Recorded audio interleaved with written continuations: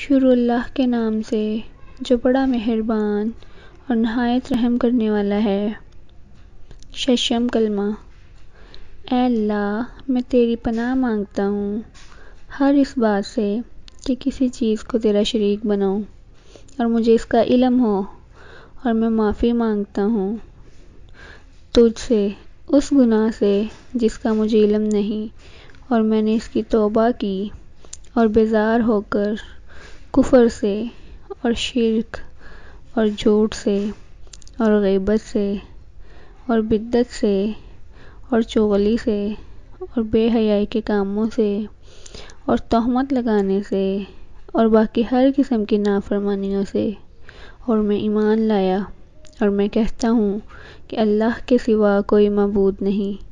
حضرت محمد صلی اللہ علیہ وآلہ وسلم اللہ کے رسول ہیں۔